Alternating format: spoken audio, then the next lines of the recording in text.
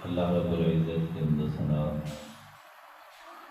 نبی مکرم شفیع معظم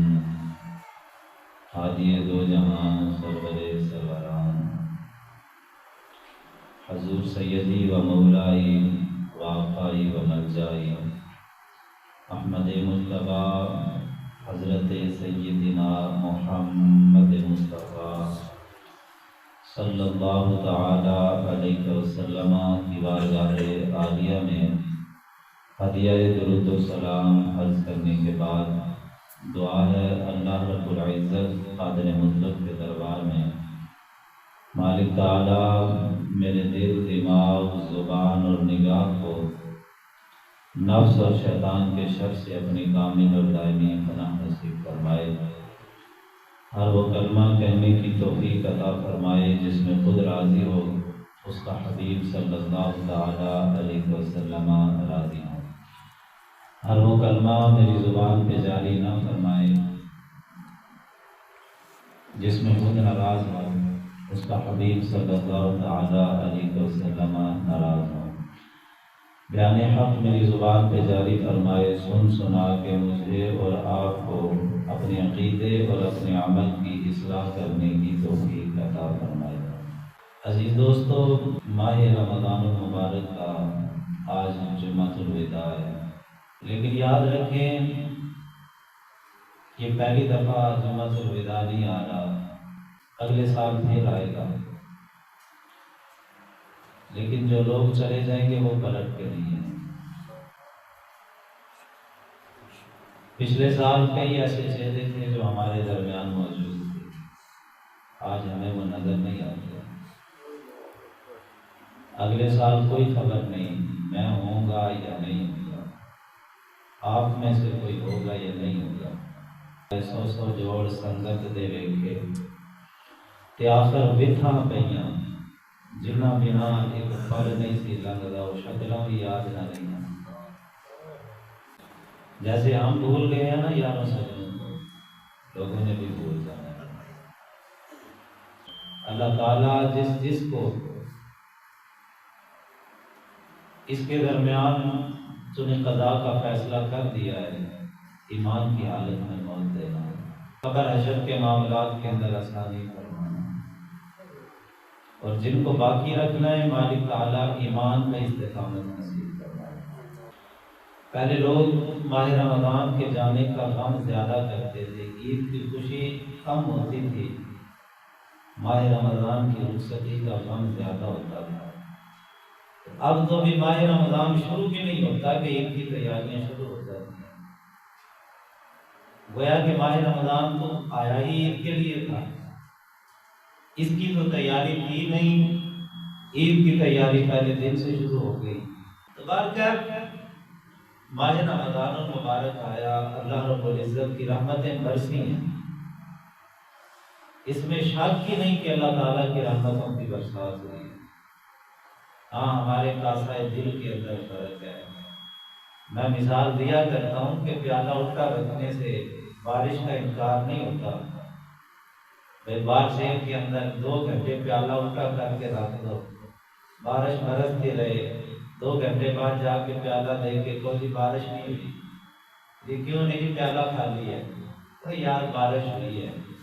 تیرا پیالہ الٹا ہے، اس کو سیدھا کر کے تو دیکھ کے کرے گا۔ ماہ رمضان میں رحمتیں اللہ تعالیٰ کی اتری ہیں، لیکن میں انکار اس وجہ سے کرتا ہوں کہ میرا پیالہ ہی الٹا ہے، خالی پڑا ہے، میں ڈھنڈورا پیٹتا ہوں جی نہیں جی نہیں، وہ کیفیتیں نہیں ملتی اب،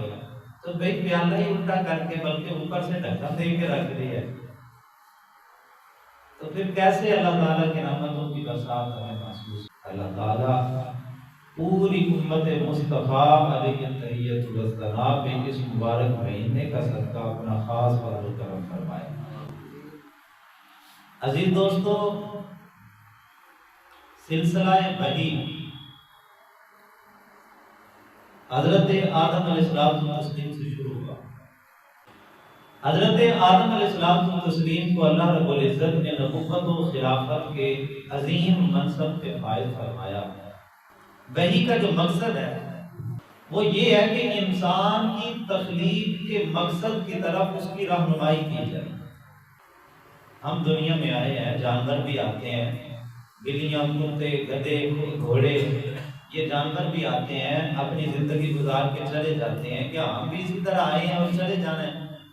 جیسے کہ ملحد لوگ کہتے ہیں بس ایک حادثہ ہوا تھا ہم آ گئے، اب اسی طرح ہم چلے جائیں گے، مرنے کے بعد کوئی حساب کتاب نہیں ہے، مر کے مٹی میں مل جائیں گے، ختم سب کچھ، بس یہ جہان مٹھا دے اگلا کس نے لکھا۔ کیا یہی انسان کی زندگی کا مقصد ہے؟ بھئی دیکھیں نا، انسان کی زندگی کا اصل مقصد کیا ہے یہ وہی بتا سکتا ہے جس نے انسان کو تخلیق کیا۔ زندگی آمد برائے بندگی، زندگی بے بندگی شرمندگی۔ تو دنیا میں کھانے پینے اور سونے کے لیے نہیں آیا، دنیا میں اپنے رب کو راضی کرنے کے لیے آیا ہے۔ اس مقصد کی طرف بندے ہر دور میں، وحی کا موضوع یہی رہا ہے، وحی کا مقصد یہی رہا ہے۔ اگرچہ قانون بدلتے رہے، اصول اور ہوتے رہے، ہر دور کے تقاضوں کے مطابق قوانین میں تبدیلیاں ہوتی رہی، لیکن ہر نبی پہ نازل ہونے والی وحی کا مقصد ایک ہی ہے کہ بندے کو رب کے قریب کیا جائے، بندے کو بتایا جائے بھی تو دنیا میں کیا لینے آیا ہے، کیا کرنے آیا ہے، تو نے اپنے رب کو راضی کرنا ہے۔ رب کو راضی کس طریقے سے کرنا ہے وہ ہر نبی نے اپنا اپنا طریقہ بتایا۔ حضرت آدم علیہ السلام سے لے کے مصطفیٰ جان رحمت صلی اللہ علیہ وسلم سے پہلے حضرت عیسیٰ علیہ السلام تک جو سلسلہ رہا، اس میں ہر نبی جو آیا ہے وہ یا تو ایک خاص وقت تک کے لیے آیا یا ایک خاص علاقے کے لیے آیا۔ حضرت موسیٰ کلیم اللہ صرف بنی اسرائیل کے نبی، حضرت عیسیٰ اللہ صرف بنی اسرائیل کے نبی، حضرت آدم صفی اللہ اس وقت جتنے لوگ تھے ان کے نبی، حضرت نوح علیہ السلام جو ان کی قوم تھی ان کے نبی۔ اور ہر دور میں آپ دیکھیں کہ انبیاء اور رسول بکھرے پڑے ہیں۔ میں حیران ہوتا ہوں جب یہ پتہ لگتا ہے کہ بھی ہمارے پاکستان میں حضرت آدم علیہ السلام کی اولاد میں سے ایک نبی آ کے لیٹے ہوئے ہیں، تو حیرانی ہوتی ہے کہ کہاں حضرت آدم علیہ السلام اور کہاں ان کا بیٹا پوتا آ کے یہاں پہ آ کے لیٹ جاتا ہے ہمارے بڑے صغیر پاک و ہند کے اندر۔ کتنا فاصلہ، کتنا فرق! بھئی وہاں کی نبوت اور تھی، یہاں پہ نبی اور تھے، وہاں پہ قانون اور تھے، یہاں پہ قانون اور تھے۔ آگے چلے حضرت نوح علیہ السلام کا دور آیا، اللہ تعالیٰ نے پوری انسانیت کو صفحہ ہستی سے مٹا کے رکھ دیا، 80 بندے بچے۔ اب 80 کے 80 اکٹھے تھے اور ان لوگوں نے آپس میں بیٹھ کے جب وہ باتیں ہونے لگی، حضرت نوح علیہ السلام نے ڈیوٹیاں لگائی کہ تم فلانے علاقے میں چلے جاؤ، تم فلانے علاقے میں چلے جاؤ، تم فلانے علاقے میں چلے جاؤ۔ انہوں نے انکار کیا، وہ کہنے لگے ہم ہے یہی بندے ہیں، 80 بندے ہیں دنیا کے اندر، ہم بھی بکھر گئے تو ہم کیسے اس معاملے کو آگے چلائیں گے؟ لیکن حکم خدا بندی تھا، وہ پس و پیش کرنے لگے۔ اللہ تعالیٰ نے جب ان کے پس و پیش کو دیکھا، مالک تعالیٰ نے تمام کے تمام کی زبانوں کو الگ کر دیا۔ اب ایک دوسرے کی بولی سمجھ نہیں آتی، جب بولی سمجھ نہیں آئے گی تو پھر وہ ایک دوسرے کے ساتھ گزارا کیسے ہوگا؟ اب مجبوراً ان کو حضرت نوح علیہ السلام کے حکم پہ عمل کرنا پڑا۔ کوئی آ کے ہندوستان میں ڈیرا لگا کے بیٹھتا ہے، کوئی یورپ کے اندر جا کے ڈیرا ڈالتا ہے۔ وہ حضرت نوح علیہ السلام کی اولاد ہی تو تھی جس سے آگے یہ نسل انسانی چلی۔ ایک بیٹا ہندوستان میں آ گیا، دوسرا بیٹا حبشے میں چلا گیا، تیسرا یورپ میں چلا گیا۔ اللہ تعالیٰ نے انہی سے آگے نسل انسانی کو آگے بڑھایا، اور وہ نبی ہوتے رہے اپنے اپنے علاقوں کے اندر۔ وہ وہاں پہ جا کے بیٹھے، اللہ نے ان کے لیے وہاں پہ نبی پیدا کیے، جو یہاں پہ آ کے بیٹھے اللہ تعالیٰ نے ان کے لیے نبی یہاں پہ پیدا کیے۔ اب ایک ہی وقت کے اندر وہاں بھی نبوت جاری ہے، یہاں بھی نبوت جاری ہے۔ یعنی اس سے پہلے جو نبوت کا سلسلہ تھا وہ کوئی بھی نبی پوری انسانیت کے لیے نبی بن کے نہیں آتا تھا، وہ خاص علاقے کے لیے، وہ کسی قبیلے کے لیے، وہ کسی محلے کے لیے، وہ کسی شہر کے لیے، وہ کسی ملک کے لیے نبی بن کے آتا تھا۔ اور پھر کوئی نبی ایک خاص وقت تک کے لیے ہوتا تھا۔ بھئی ایک نبی ہے، اس کا زمانہ ایک نبی، میں نے جو عرض کر رہا ہوں ایک دور کے اندر کئی نبی، حضرت ابراہیم بھی نبی، حضرت شعیب علیہ السلام بھی نبی، حضرت لوط علیہ السلام بھی نبی۔ ایک ہی وقت کے اندر کئی انبیاء بالکل قریب کے علاقوں کے اندر پائے جاتے ہیں۔ بھئی ادھر حضرت ابراہیم خلیل اللہ بیٹھے ہوئے ہیں، فرشتے جو عذاب لے کے آئے تھے وہ پہلے حضرت ابراہیم کے پاس ہی تو آئے تھے اور آ کے انہوں نے بتایا تھا کہ ہم عذاب لے کے آئے ہیں تو بھانجے لگتے تھے حضرت لوط علیہ السلام محبت تھی قلبی وہ کہنے لگے جھگڑنے لگے فرشتوں سے بھی عذاب کیوں لے کے آئے ہو تو بھئی بالکل قریب والے علاقے میں دوسرا نبی بیٹھا ہوا ہے ادھر قانون اور ہے ادھر قانون اور ہے اور پھر کبھی ایسے ہوتا تھا کوئی نبی خاص وقت تک کے لیے اتنے سال ایک نبی کی نبوت ہے اتنے سال ایک نبی کی نبوت ہے کتابیں بھی جتنی آئیں وہ خاص وقت تک کے لیے تھی بھئی تورات شریف ہے اس کا حکم تھا بھی جاری ہے حکم تورات لیکن اس کے بعد جب زبور شریف آ گئی تورات شریف کے کئی حکموں کو منسوخ کر دیا اب زبور کے احکام جاری ہو گئے پھر اس کے بعد انجیل آ گئی جب انجیل شریف آئی اس نے تورات اور زبور کے احکام کو منسوخ کیا اور اب انجیل کے حکم لاگو ہونا شروع ہو گئے بھئی انجیل نے آ کے تورات اور زبور کے حکموں کو منسوخ کر دیا اب زمانہ تھا انجیل کا پہلے زمانہ تھا تورات کا اس کے بعد زمانہ تھا زبور کا اس کے بعد زمانہ تھا انجیل کا تو زبور نے آ کے تورات کے زمانے کو ختم کیا انجیل نے آ کے زبور کے زمانے کو ختم کیا لیکن اس کے بعد پھر ایک نبی ایسا آیا اور پوری انسانی تاریخ کے اندر تاریخ بنی آدم میں کوئی نبی آپ کو ایسا نظر نہیں آئے گا جو نبی کہتا ہو کہ میں شرق کا بھی نبی ہوں میں غرب کا نبی ہوں میں گوروں کا بھی نبی ہوں میں کاروں کا بھی نبی ہوں میں عربیوں کا بھی نبی ہوں میں اجمیوں کا بھی نبی ہوں وہ ایک ہی ذات ہے وہ سینہ فخر سے چوڑا ہو جاتا ہے وہ میرے اور آپ کے آقا مولا محمد مصطفیٰ کی ذات ہے جنہوں نے اعلان کیا یا ایھا الناس انی رسول اللہ الیکم جمیعا اے لوگو میں صرف عرب کا مکے کا مدینے کا نبی بن کے نہیں آیا جو پاکستان میں بستے ہیں میں ان کا بھی نبی ہوں جو ہندوستان میں بستے ہیں میں ان کا بھی نبی ہوں جو چین میں بستے ہیں میں ان کا بھی نبی ہوں جو یورپ کے اندر ڈیرے لگا کے بیٹھے ہیں میں ان کا بھی نبی ہوں یعنی پوری ہوئے زمین پہ جتنی مخلوق بستی ہے میرے مصطفیٰ نے فرمایا کہ سب کی نبوت کا تاج رب نے میرے ماتھے پہ سجا کے بھیج دیا ہے اور صرف مخلوق زمین کی بات نہیں ہے بلکہ اعلیٰ حضرت فرماتے ہیں آسمان خاں زمین خاں زمانہ مہمان میرے نبی کا سکہ کیا زمین پہ چلتا ہے میرے نبی کی حکومت کیا صرف زمین پہ چلتی ہے کہا نہیں ساتوں آسمانوں پہ حکومت میرے مصطفیٰ کی ہے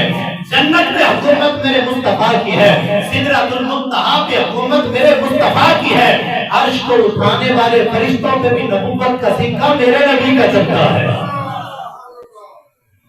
بلکہ فرشتوں کی بات کیا کریں مخلوق کی بات کیا کریں اولیاء کی بات کیا کریں اغیاث کی بات کیا کریں اقطاب و ابدال کی بات کیا کریں ہر نبی کے صحابہ کی بات کیا کریں میرے مصطفیٰ کی نبوت تو وہ نبوت ہے تیسرے پارے میں اللہ پاک فرماتا ہے وَإِذْ أَخَذَ اللَّهُ مِيثَاقَ النَّبِيِّينَ لَمَا آتَيْتُكُم مِّن كِتَابٍ وَحِكْمَةٍ ثُمَّ جَاءَكُمْ رَسُولٌ مُصَدِّقٌ لِّمَا مَعَكُمْ لَتُؤْمِنُنَّ بِهِ وَلَتَنصُرُنَّهُ اللہ رب العزت قرآن میں فرماتا ہے نبیوں تمہیں نبوت دوں گا تمہیں حکمت دوں گا تمہیں کتابیں دوں گا تمہیں دلائل دوں گا تمہاری نبوت کا سورج چمکتا ہوگا اور تمہارے کلمہ لوگ پڑھتے ہوں گے لیکن پھر میرا نبی آ جائے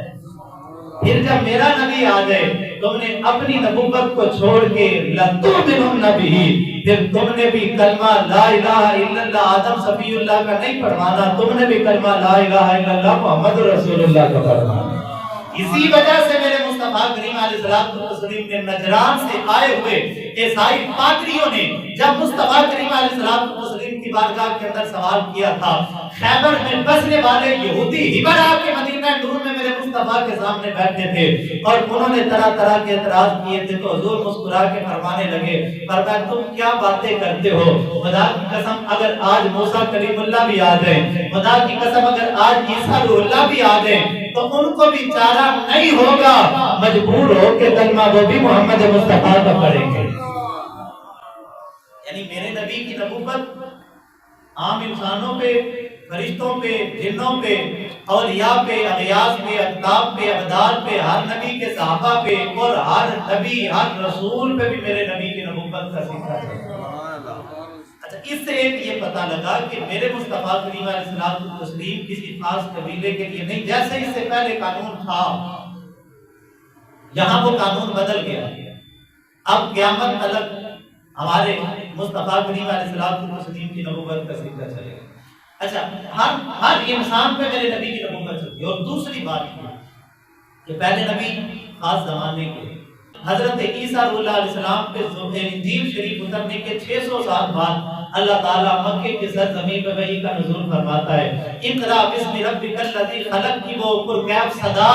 غار حرا سے گونجتی ہے، اور میرے مصطفیٰ کریم علیہ السلام تسلیم نغمہ لاہوتی پڑھ کے اپنے قرب میں بیٹھنے والے لوگوں کو سناتے ہیں۔ بس وہ قرآن کی صدا جو مکے کی گھاٹیوں سے گونجتی ہے وہ اعلان کر دیتی ہے تورات کا زمانہ ختم ہو گیا، زبور کا زمانہ ختم ہو گیا، انجیل کا زمانہ ختم ہو گیا، اب قرآن کا زمانہ آ گیا، اب مصطفیٰ کا زمانہ آ گیا، اب قیامت تلک نبوت بھی مصطفیٰ کی چلے گی، اب قیامت تلک قانون بھی قرآن کا چلے گا۔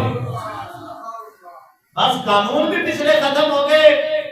اور نبوتیں بھی پچھلی ختم ہو گئیں۔ اب جب قیامت تلک نبوت بھی میرے مصطفیٰ کی ہے، قیامت تلک قانون بھی قرآن کی صورت کے اندر اللہ رب العزت نے کامل عطا فرمایا۔ اب دیکھیں یا میں ایک چھوٹی سی بات مزید اس کے ساتھ مناسبت سے کر کے اپنی گفتگو آگے بڑھاتا ہوں۔ یہ کیوں ہوا؟ یہ کیوں ہوا؟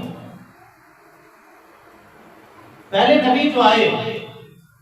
ان کی نبوتوں کے اندر اللہ رب العزت نے ہر نبی کو کامل بنایا، کامل بنایا۔ ہر نبی کو جو نبوت دی کمال اپنے دور کے تقاضوں کے مطابق کمال کی نبوت دی، کمال کے قانون دیے۔ اس دور کے تقاضوں کے مطابق اگر پرکھیں گے، جب حضرت موسیٰ کلیم اللہ تورات شریف لے کے آتے ہیں تو تورات شریف نے جو احکام شرع دیے تھے اس سے سونے احکام اس دور کے مطابق آپ کو پوری روئے زمین پہ نظر نہیں آئیں گے۔ زبور شریف آئی، اللہ تعالیٰ نے حضرت داؤد علیہ السلام پہ نزول فرمایا۔ اس دور میں چونکہ حضرت داؤد علیہ السلام کی تو نبوت پھر سلطنت کے ذات تھی، جو اللہ تعالیٰ نے احکام شریعہ اس دور کے تقاضوں کے مطابق دیے، پوری روئے زمین پہ ویسی سونی شریعت، ویسے سونے احکام، ویسے سونے قانون آپ کو نظر نہیں آئیں گے۔ انجیل شریف آئی تو جو احکام انجیل شریف نے اس دور میں دیے، اس دور کے تقاضوں کے مطابق اتنے سونے احکام آپ کو نظر نہیں آئیں گے۔ لیکن اللہ تعالیٰ نے جب قرآن نازل فرمایا نا، فرمایا الیوم اکملت لکم دینکم، فرمایا پہلے نبی بھی کامل نبوتیں لے کے آتے رہے، پہلے نبی بھی کامل اپنی شریعتیں لے کے آتے رہے، پہلے نبیوں کو بھی جو کتابیں دی وہ کامل تھیں، لیکن ان کا ایک خاص زمانہ تھا، زمانہ ختم ہوا، ان کے کمال کے اندر تھوڑی سی کمی آ گئی۔ اب جو کمی آئی آنے والے زمانے میں وہ کمی پوری نہیں ہو سکتی، لہٰذا ہم نے تورات کی جگہ زبور دے دی۔ اب زبور شریف بھی کامل تھی، اپنے خاص زمانے تک کامل تھی۔ جب زبور شریف کا زمانہ ختم ہوا اللہ پاک نے انجیل دی، کیونکہ اب زبور شریف کے احکام اس دور کے تقاضوں کے ساتھ مماثلت نہیں رکھتے تھے، لہٰذا اللہ پاک نے فرمایا کہ اب انجیل لے لو، یہ بڑی سونی ہے، اس کے احکام اب تمہیں اس دور کے مطابق بڑی صاف ستھرے نظر آئیں گے۔ لیکن وہ ساری کامل تھیں، وہ کامل تھیں، اگرچہ ان کو پڑھنے والوں نے ان کے اندر کمیاں کر دیں، ان کے اندر رد و بدل کر دیا، لیکن قرآن جب اللہ نے عطا فرمایا، اللہ پاک نے دو صفتیں بیان کی ہیں جو میں آپ کو سنانا چاہتا ہوں۔ ویسے تو بڑی صفتیں اللہ پاک نے قرآن پاک کے اندر بیان فرمائی ہیں، دو چیزیں خاص طور پہ اللہ تعالیٰ نے قرآن پاک کی مناسبت سے بیان کی۔ ایک تو اللہ پاک نے فرمایا کہ نازل بھی میں نے کیا، حفاظت بھی میں نے کری۔ سبحان اللہ۔ پہلی کتابیں امتوں کے سپرد ہو گئیں، تورات دی، بنی اسرائیل والوں حفاظت کرو اس کی، اس کو زبانی یاد کرو۔ قرآن مجید قرآن رشید کے اندر واضح آیا، اللہ پاک نے فرمایا تب پڑھو بھی اور عمل بھی کرو۔ انہوں نے کہا تھا دو کما تو ایک کروا لو، یا تو پڑھیں گے تو یا پھر عمل کریں گے۔ تو حضرت اللہ پاک نے کوہ طور پہاڑ لا کے ان کے سروں پہ کھڑا کر دیا، کہا مانو دونوں باتوں کو، ورنہ پہاڑ آیا اور تمہیں یہیں پہ نیست و نابود کر دے گا۔ تو انہوں نے مجبوراً سر سجدے میں جھکایا، ایک آنکھ اوپر تھی ایک آنکھ نیچے تھی۔ یہودیوں کا سجدہ آج بھی ایسے ہی ہوتا ہے، وہ کھانی آنکھ سے سجدہ کرتے ہیں، تو ایک آنکھ اوپر پہاڑ کو دیکھتے ہیں، ایک آنکھ نیچے، جب وہ سجدہ کر رہے ہیں تو اس کیفیت سے انہوں نے سر جھکایا کہ ٹھیک ہے ہم یاد بھی کریں گے، ہم اس کی حفاظت یعنی زبانی یاد کر کے بھی حفاظت کریں گے، اس کے عمل بھی کریں گے، لیکن وہ ان کے سپرد ہو گئی۔ لہذا ان کے سپرد ہونے کی وجہ سے انہوں نے کمیاں کی، انہوں نے اس میں رد و بدل کیا۔ زبور شریف بنی اسرائیل کے سپرد ہوئی، انہوں نے رد و بدل کیا۔ انجیل شریف بنی اسرائیل کے سپرد ہوئی، انہوں نے رد و بدل کیا۔ لیکن قرآن نازل کر کے اللہ پاک نے فرمایا اب ذمہ داری تمہاری نہیں ہے، اب ذمہ داری خداوند قدوس کی ہے۔ اب قیامت تک لاکھ لوگ قرآن کو مٹانے کی کوشش کرتے رہے، بدلے کا زمانہ لاکھ مگر قرآن نہ بدلا جائے گا۔ زمانے کا تغیر و تبدل اگرچہ لاکھ جبر و ستم کی ہوائیں چلتی رہیں، کیونکہ جس کی حفاظت کی ذمہ داری خداوند قدوس لے لے۔ میں تاریخ سے اگر اس کی مثالیں دینا شروع کر دوں، ایک طویل وقت درکار ہے۔ اگر میں واقعات سنانا شروع کر دوں اس بارے میں کہ اللہ رب العزت نے ہر دور میں کس طریقے سے قرآن مجید قرآن رشید کے اندر ہر زمانہ بدلتا رہا، پھر زمانے کے مطابق دیکھیں ابتدا کے اندر جو ہونا تھا وہ ہو گیا۔ آقا کریم علیہ الصلوۃ والتسلیم جو قرآن دے کے گئے وہ قرآن سینوں کے اندر تھا، یا درختوں کے پتوں پہ تھا، یا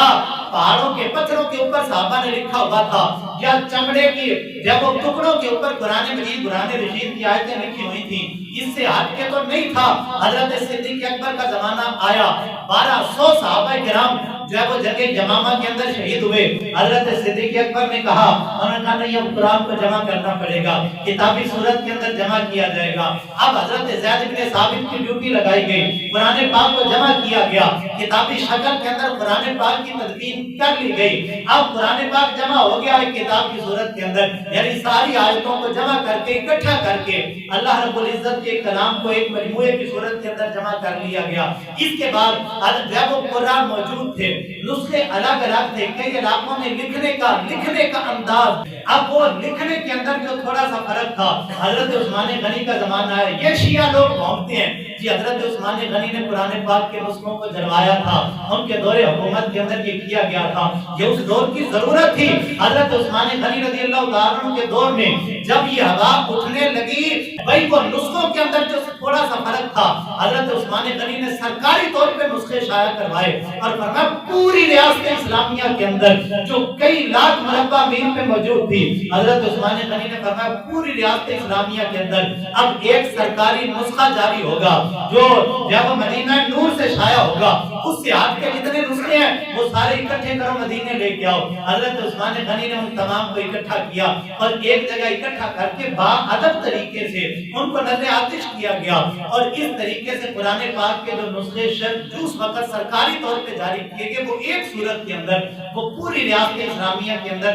ان کو شائع کر دیا گیا۔ اس کے بعد جو قرآن پاک کا اگر آپ کو دیکھنے کا اتفاق ہوا ہے سوشل میڈیا پہ یا بادشاہی مسجد میں یا دوبارہ کسی دوسرے ملک کے اندر، جو حضرت عثمان غنی کے دور کے نسخے موجود تھے ان کے اوپر زیر زبر پیش نہیں لکھی ہوئی تھی۔ اب جب قرآن پاک عجم کے علاقے فتح ہوئے، عرب والے تو زیر زبر کے بغیر قرآن پڑھ لیتے تھے، اب ہم جیسے بندوں کے لیے زیر زبر پیش کے بغیر قرآن پڑھنا مشکل تھا۔ اب حجاج بن یوسف ثقفی کا زمانہ آیا، بادشاہ بڑا ظالم تھا، بڑا سفاک تھا، بڑے ظلم و ستم اس نے کیے، لیکن ایک کام اچھا بھی کر کے گیا، اس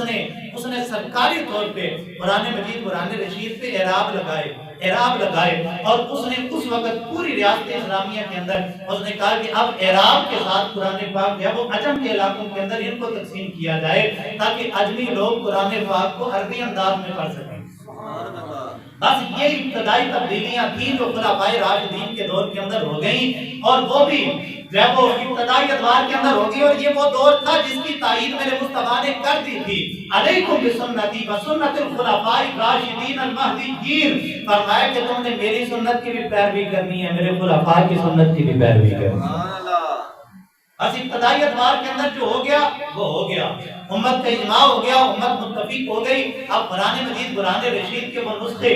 اب اس وقت سے لے کے اب تلک، اور اب سے لے کے قیامت تلک، میں نے عرض کیا کہ بدلے کا زمانہ لاکھ مگر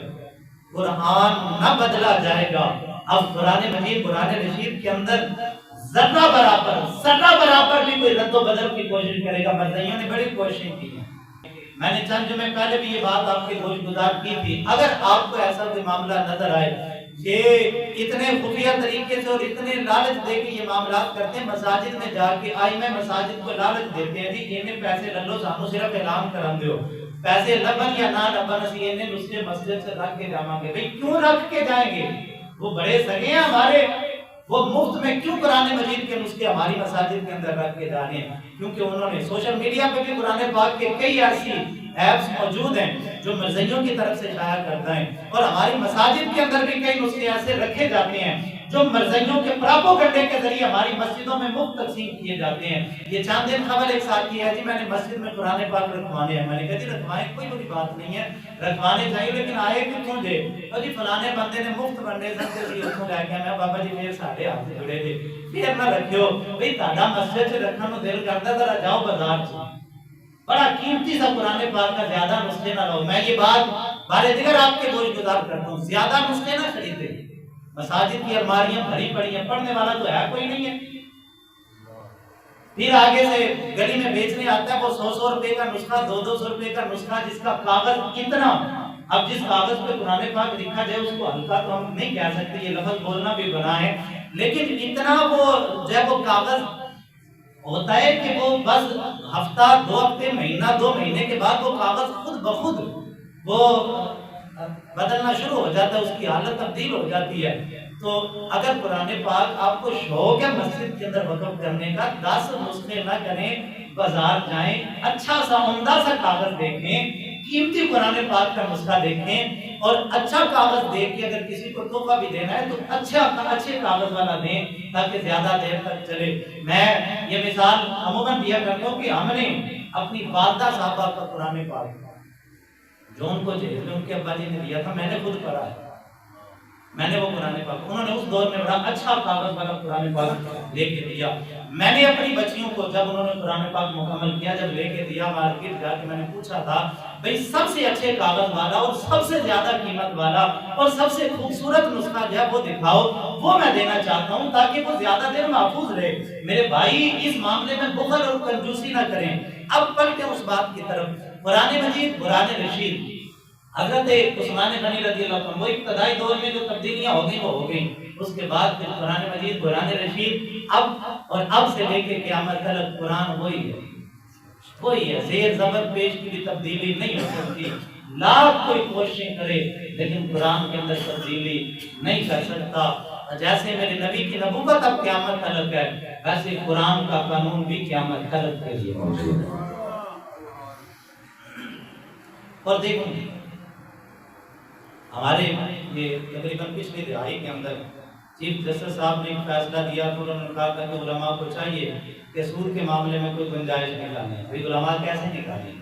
جب قرآن کا واضح حکم ہے کہ یمحق اللہ الربا ویربی الصدقات، اور اللہ تعالیٰ واضح فرماتا ہے فَإِن لَمْ تَفْعَلُوا فَأْذَنُوا بِحَرْبٍ مِّنَ اللَّهِ وَرَسُولِهِ، اگر سود نہیں چھوڑو گے تو اللہ اور اس کے رسول سے اعلان جنگ ہے. تو نکل ہی نہیں سکتا میرے بھائی قانون. آج اگر لوگ کہیں کہ جی سود کا کاروبار نہیں کرتے تو ہماری معیشت کو نقصان پہنچتا ہے، تو جھوٹ بولتے ہیں. یہ جھوٹ بولتے ہیں ہمارے حکمران. یہ سود پہ قرضے لے کے صرف اپنی عیاشیاں کرتے ہیں کمینے. ہر ایک دوسرے کو گالیاں دیتا ہے. پچھلی حکومت تھی تو یہ جو تھے سڑکوں پہ نکل کے کہتے تھے جی مہنگائی کر دی مہنگائی کر دیا. یہ آئی تو خود انہوں نے آگے کون سا ریلیف دیا وہاں. آگے جو آئیں گے جو ان کو چور کہتے ہیں وہ بھی آگے یہی نظام چلائیں گے. جب تک سود کا نظام ختم نہیں ہوگا، خدا کی قسم اس ملک کو کیا پوری دنیا میں کہیں بھی اگر سکون چاہتے ہو تو سود کا نظام ختم کر دو، اسلامی تجارت اسلامی معیشت کا نظام رائج کر دو. خدا کی قسم جس کے قبضہ قدرت میں جان ہے، سود ختم کر کے اسلامی معیشت اسلامی تجارت اسلامی قانون کا نظام نافذ کر دو. یہ چھوٹا سا ملک تو بڑی دور کی بات ہے. لاکھوں کروڑوں مربع میل پہ اگر ریاست پھیلی ہوگی نا حضرت عمر بن عبدالعزیز کے زمانے کی طرح، تو پوری ریاست اسلامیہ کے اندر کوئی بندہ بھی رات کو بھوکا نہیں سوئے گا. اور پھر اناج جو بچے گا وہ پہاڑیوں پہ پھیلا کے حضرت عمر بن عبدالعزیز اعلان کریں گے بھئی یہ بچ گیا ہے، اس کو پہاڑوں پہ پھیلا دو تاکہ دنیا کو پتہ لگ جائے جب اسلام آتا ہے انسان تو انسان، آسمانوں پہ اڑنے والے پرندے بھی بھوکے نہیں سوتے. لاکھ ہمیں فریب دیں، لاکھ ہمیں سمجھائیں کہ جی نہیں جی مجبوری ہے. کیا مجبوری ہے؟ تمہاری گاڑیوں کا پیٹرول پورا نہیں ہوتا،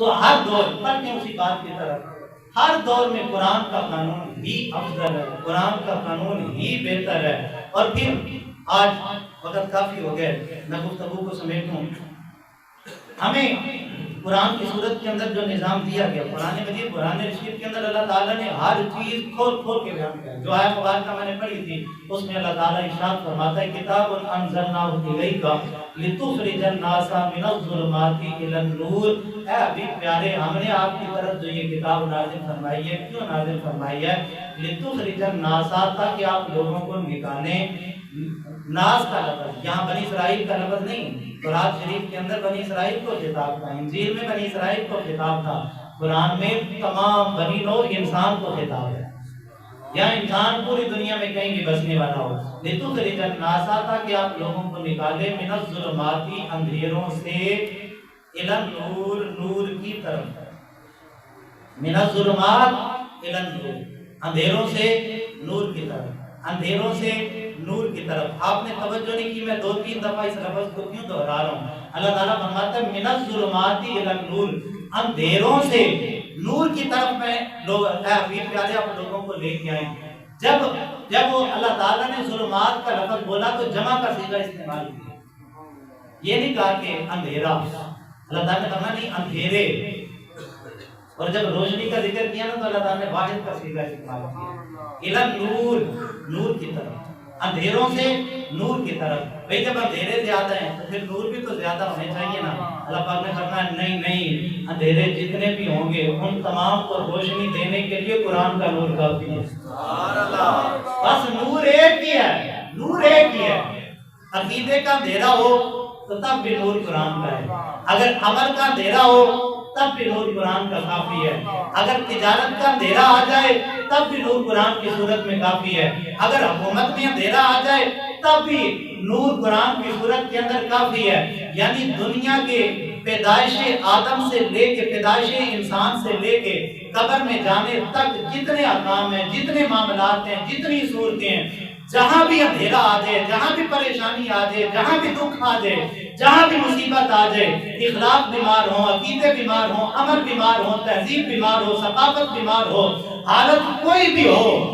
اللہ پاک نے تمام بیماریوں کا علاج ایک ہی دیا، وہ قرآن کی صورت۔ سبحان اللہ۔ اور میں تمام اندھیروں کے لیے ہم نے جو نور دیا نا، اس میں کوئی کمی ہے؟